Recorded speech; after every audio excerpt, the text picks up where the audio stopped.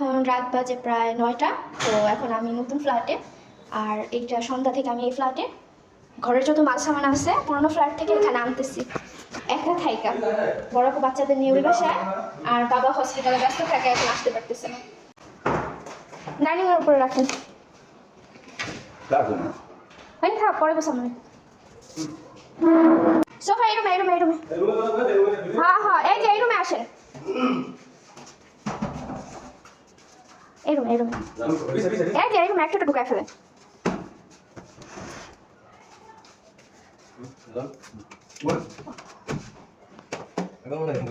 ওই পাশটা দিয়া, হ্যাঁ ওই পাশ দিয়ে দুটো সোফা যেন ফিট করা যায়, ওই পাশটা দিয়ে রাখা।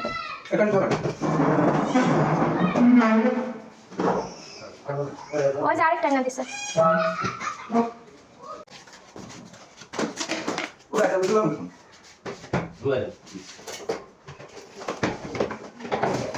কাটে এই রুমে, এই রুমে।